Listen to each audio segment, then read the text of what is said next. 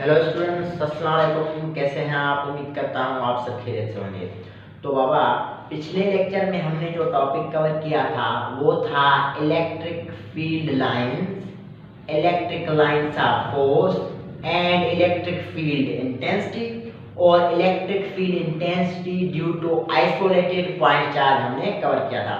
तो आज का जो हमारा इलेक्ट्रोस्टैटिक्स में टॉपिक है that is the important topic. उसके बाद हम इंशाल्लाह कोशिश करेंगे कि इस वीक में हम इलेक्ट्रोस्टैटिक्स चैप्टर को कंप्लीट करें विद एमसीक्यूएस लेक्चर। आई बात समझ में? तो अब हम चलते हैं हमारे इम्पोर्टेंट टॉपिक की तरफ जो है इलेक्ट्रिक फ्लक्स। उससे पहले अगर आप मेरे चैनल पे न्यू हैं तो इसको सब्सक्राइब करना मत भूलें और इस वीडियो को भी लाइक कर दें एंड बेल आइकन को क्लिक कर दें ताकि मेरे आने वाले लेक्चर्स केमिस्ट्री फिजिक्स की आप तक पहुंच सकें। ठीक है, तो चलते हैं अपने टॉपिक पर। तो बाबा, electric flux and flux density आज हम पढ़ेंगे कि इलेक्ट्रिक फ्लक्स क्या होता है, फ्लक्स डेंसिटी क्या होता है। तो इलेक्ट्रिक फ्लक्स होता क्या है? फ्लक्स आप किसको बोलते हैं? पहली चीज, फ्लक्स सपोज करें ये कोई भी एरिया है, ठीक है, ये कोई भी रीजन है, कोई भी एरिया है, इसमें से कोई चीज पास होती है, कोई चीज गुजर जाती है, इसको आप बोलते हैं फ्लक्स। उसको आप क्या बोलते हैं? फ्लक्स। अगर फॉर एग्जांपल सपोज करें, अगर हम वाटर को किसी भी एरिया से पास कराते हैं तो आप उसको बोलेंगे वाटर फ्लक्स। आई बात समझ में? अगर कोई इंसान है वो किसी डोर से पास करता है, उससे गुजरता है, उसको आप कहेंगे मेन फ्लक्स। तो ऐसे ही हम यहाँ पे जो स्टडी कर रहे हैं इलेक्ट्रिक लाइंस की स्टडी कर रहे हैं, इलेक्ट्रोस्टैटिक्स की स्टडी कर रहे हैं, चार्जेस की स्टडी कर रहे हैं। तो जब इलेक्ट्रिक लाइंस किसी एरिया से पास करेंगी तो आप उसको बोलेंगे electric flux. So that is the simple concept, इसमें कोई भी कंफ्यूज होने वाली बात नहीं। इसलिए मैंने लिखा है the electric lines pass through perpendicular area is called electric flux. बाबा एक बात याद रहे, ये जो आपका एरिया है ना, एरिया ये आप परपेंडिकुलर रखेंगे।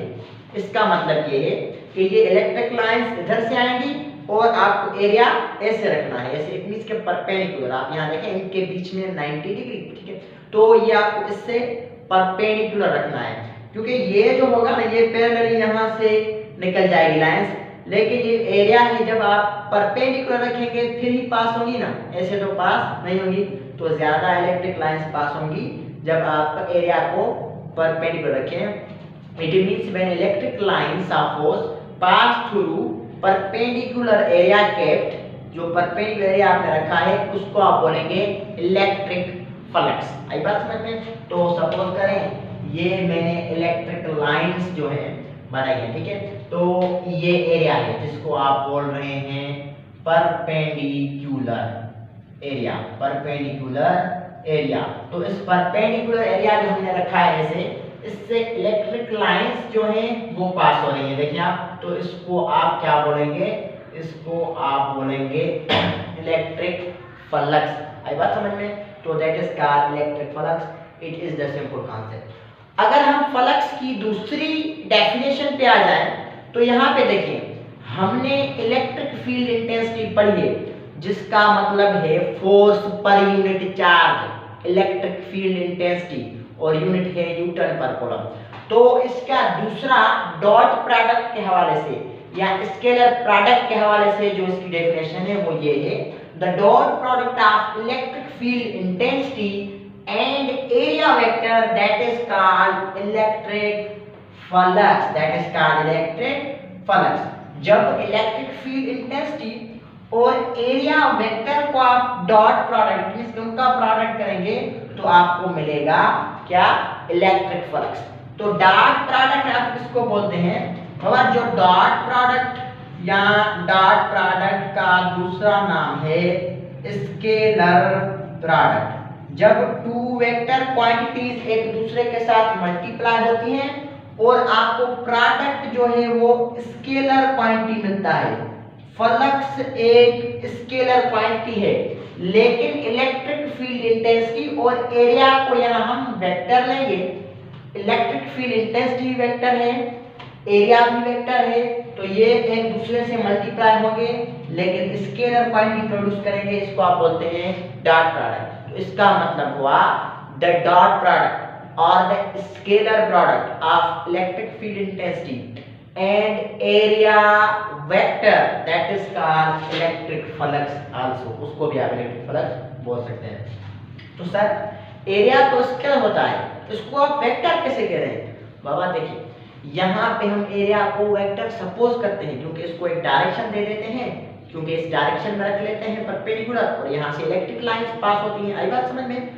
तो हम कोई भी चीज अगर किसी डायरेक्शन में रख लें, अगर उसका डायरेक्शन सपोज करें, तो अब वो स्केलर नहीं रहती, वो वेक्टर में कन्वर्ट हो जाती है।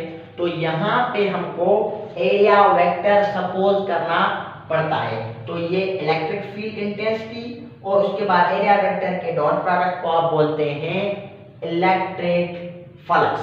तो अब आप आ जाएं, इस इक्वेशन को मैंने लिखा है E डॉट डेल्टा है, लेकिन जब डॉट प्रोडक्ट की इस डॉट को आप कैंसिल करेंगे ना, तो cos थीटा एंगल आ जाएगी। कौन सी एंगल? cos थीटा, क्योंकि डॉट प्रोडक्ट में हम जो एंगल यूज करते हैं वो होती है cos थीटा।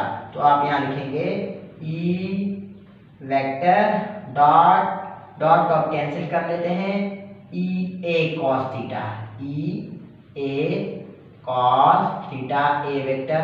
तो ये भी आपको मिलेगी किसकी एंगल बाबा? ये कॉस थीटा, ई ए कॉस थीटा भी इसकी इक्वेशन हो सकती है, लेकिन जब डॉट आप नहीं लिखेंगे तो ई ए कॉस थीटा। अब ये कॉस थीटा क्या है? Cos theta, what is cos theta? अगर मैं यहाँ पे लिख लूं बाबा, cos theta is angle between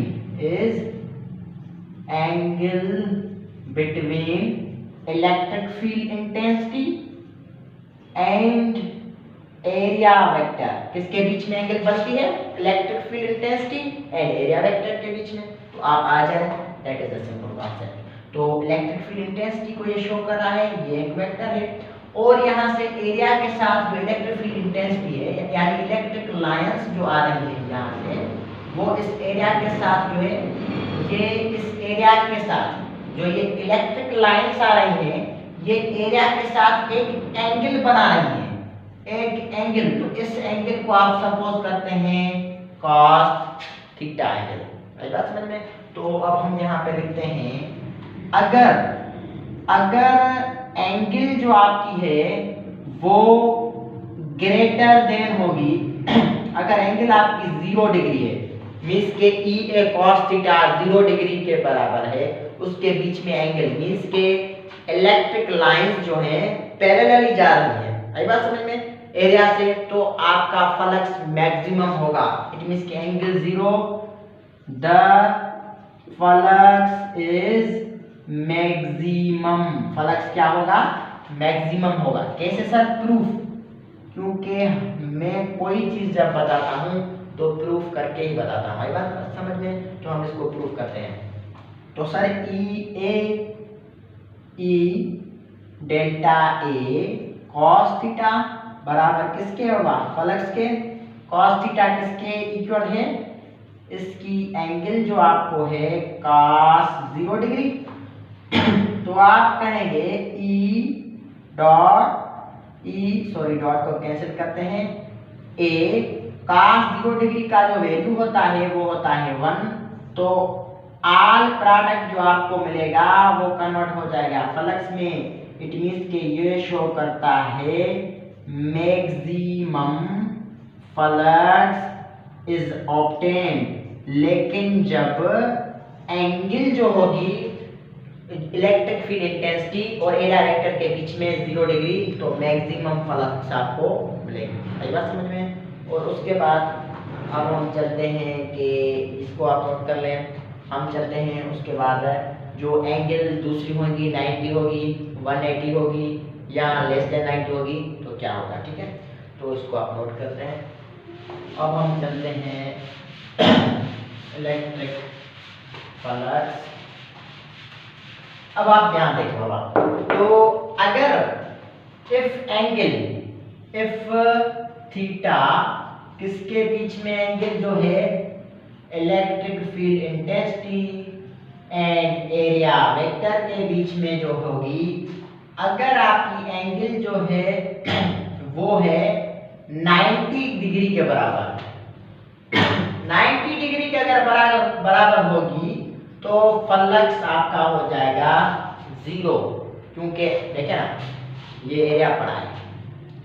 और उसके बाद अगर परपेंडिकुलरली लाइंस जो हैं वो मौजूद होगी तो आपका जो फ्लक्स है किसी भी एरिया से आपको 0 मिलेगा। इट मीन्स के लाइंस पास नहीं हो सकेंगी, क्योंकि cos 90 का जो वैल्यू होता है वो 0 के बराबर होता है। बात समझ में? तो इसलिए आप कहेंगे सर इसका प्रूफ क्या है, तो बाबा आप आ जाएं E delta A cos theta is equal to flux, तो आप कहेंगे फ्लक्स इक्वल है E delta A cos 90 degree. ठीक है, एंगल हम कौन से रखेंगे 90 डिग्री।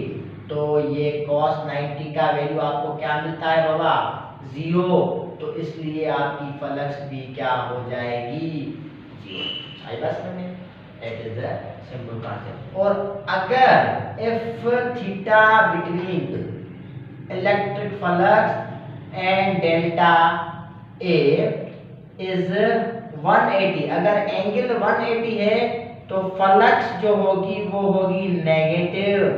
इट मींस कैसे मान हो जाएगी, तो फ्लक्स क्या होगी आपकी नेगेटिव होगी। आई बात समझ में? और एक बात दूसरी भी आप याद कर लें, इफ एंगल मींस के थीटा बिटवीन, ये सब पॉइंट्स जो है मैं board exams, entry test, medical engineering जो है उसके लिए आपको बता रहा हूँ क्लियरली प्रूफ के साथ, जैसे आप नोट कर लें, आपको कोई भी कंफ्यूजन ना हो। ठीक है, तो if angle between electric field intensity and area vector, जो इसके बीच में एंगल अगर लेस देन 90 है, मींस के 90 से कम, तो cos का वैल्यू ज्यादा होगा, जाहिर सी बात है, तो आपकी फ्लक्स जो है वो पॉजिटिव होती है। इट मींस के ग्रेटर देन 90 और 180 पे इक्वल आपकी फ्लक्स मैक्सिमम तो हो जाती है लेकिन नेगेटिव होती है। उसके बाद में अगर लेस देन 90 होगी तो आपकी फ्लक्स मैक्सिमम एंड पॉजिटिव होगी, जैसे 0 डिग्री वाला हमने एग्जांपल दिया। आई बात समझ में? तो that is the simple concept of the flux में इलेक्ट्रिक फील्ड इंटेंसिटी और एरिया वेक्टर के बीच में एंगल्स जो हैं क्या होंगे। आई बात समझ में? तो अब हम चलते हैं इसके यूनिट पे इसके बेस करें। उसके बाद उससे पहले मैं आपको एक बात बता दूं, इट इज स्केलर क्वांटिटी, क्योंकि इसमें डॉट प्रोडक्ट है तो प्रोडक्ट हमको मिलता है वो स्केलर मिलता है। उसके बाद इसके अगर हम इसके यूनिट पे आ जाएं तो बाबा देख, जैसे कि आप देखें flux is equal to E delta E dot delta है, तो E means electric field intensity, इसका यूनिट होता है न्यूटन पर कूलम और एरिया का यूनिट होता है मीटर स्क्वायर। तो बाबा newton metre square per coulomb को ऊपर लेके आए तो newton metre square per coulomb किसका यूनिट होगा, that is the unit of electric flux. ठीक है, that is the unit of electric flux, newton metre square per coulomb, coulomb का इनवर्स।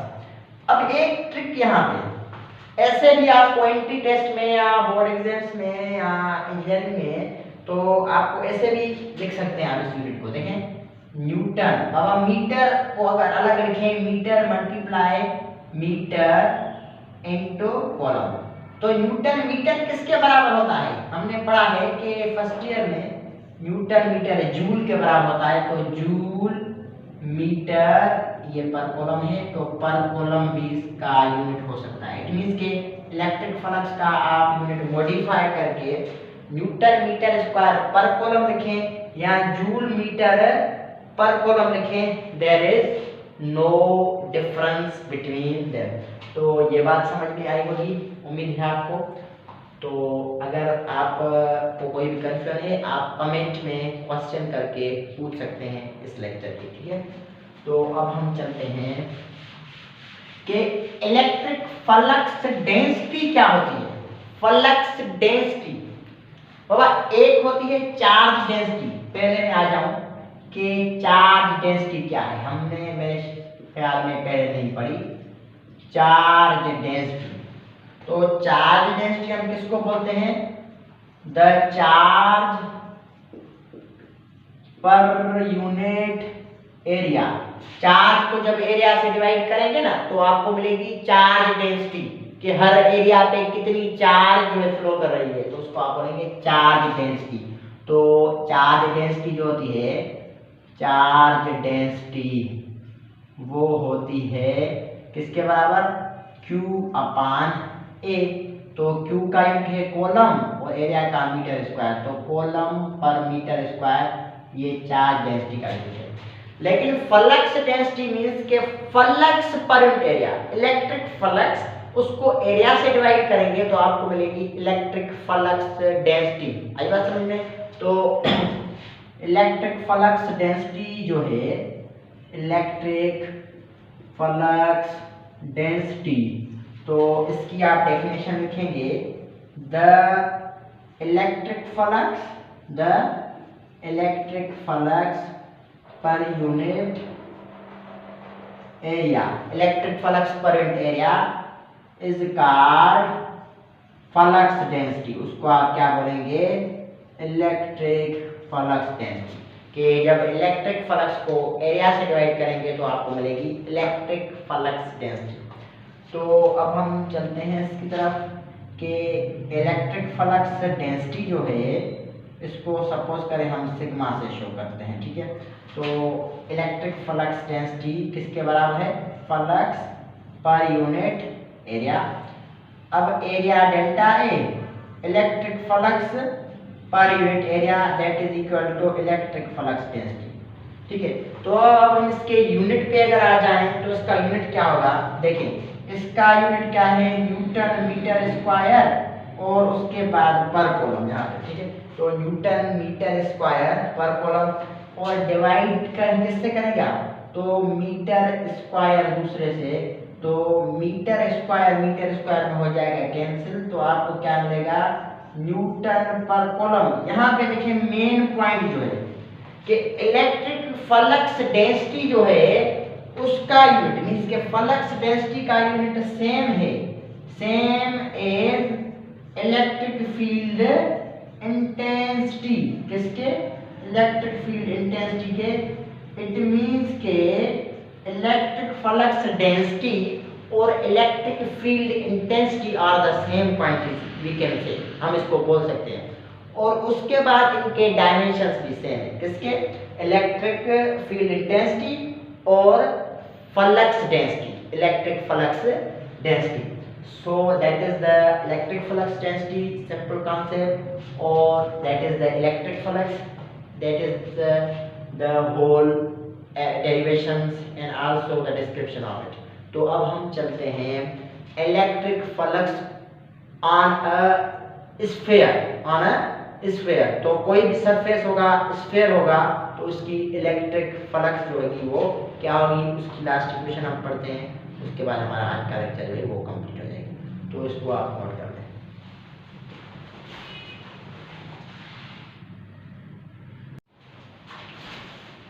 हेलो स्टूडेंट्स, तो अब हम चलते हैं electric flux due to sphere, के कोई भी स्फीयर होगा उसके सराउंडिंग जो है इलेक्ट्रिक फ्लक्स क्या होगी।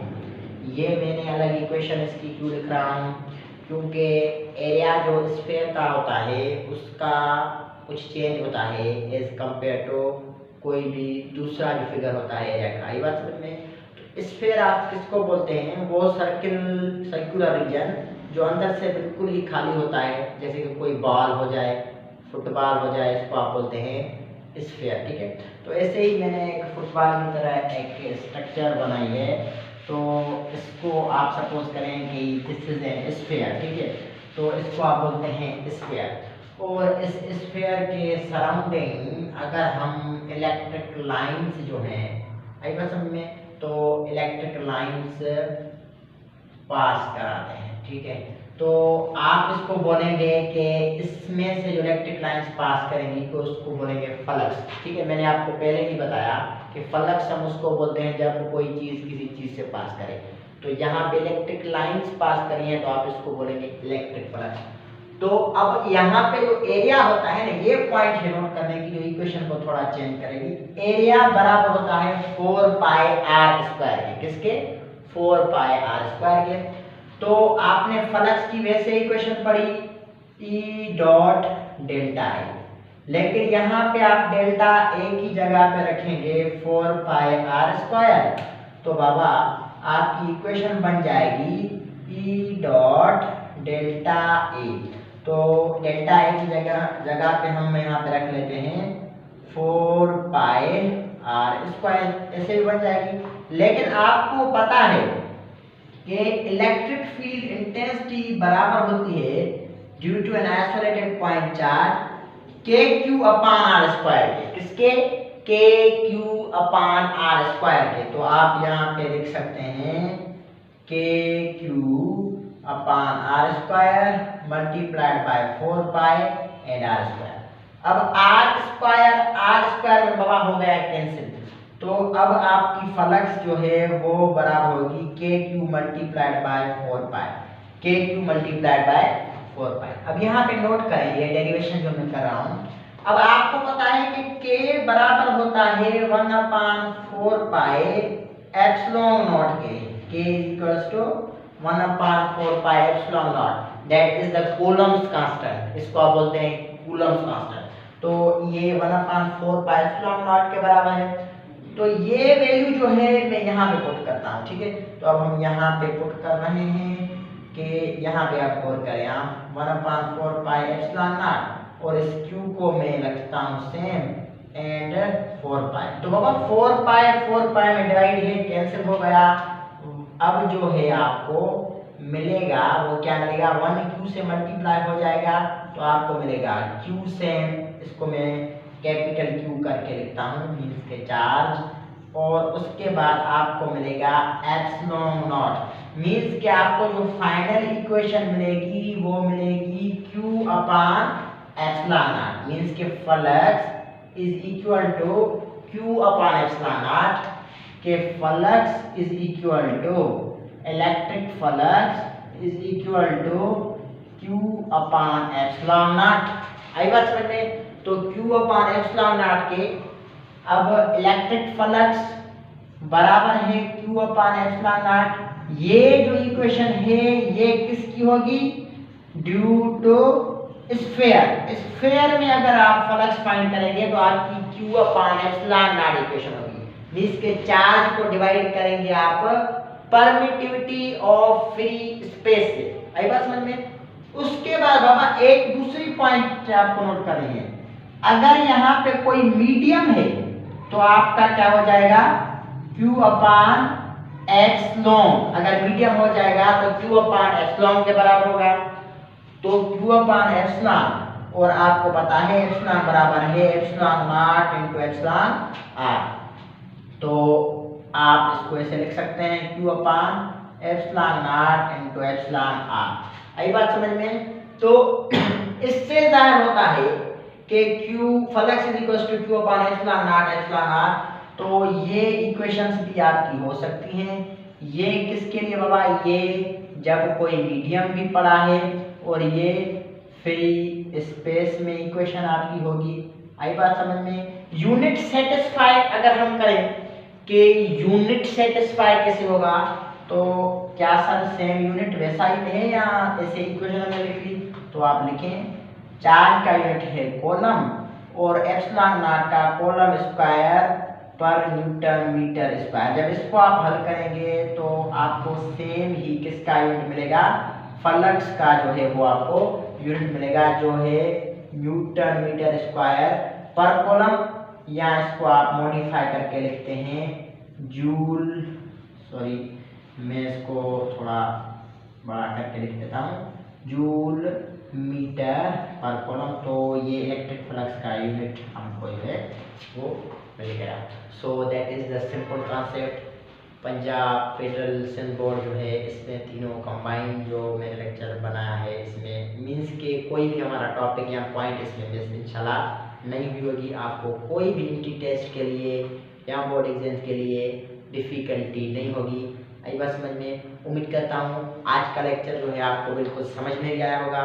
अगर कोई क्वेश्चन है तो आप उसको कमेंट में पूछ सकते हैं और हमारे चैनल को सब्सक्राइब भी करें और बेल आइकन को क्लिक कर दें ताकि हमारे आने वाले लेक्चर्स आप तक पहुंच सकें। इंशाल्लाह तो मिलते हैं दूसरे लेक्चर में। अल्लाह हाफ़िज़।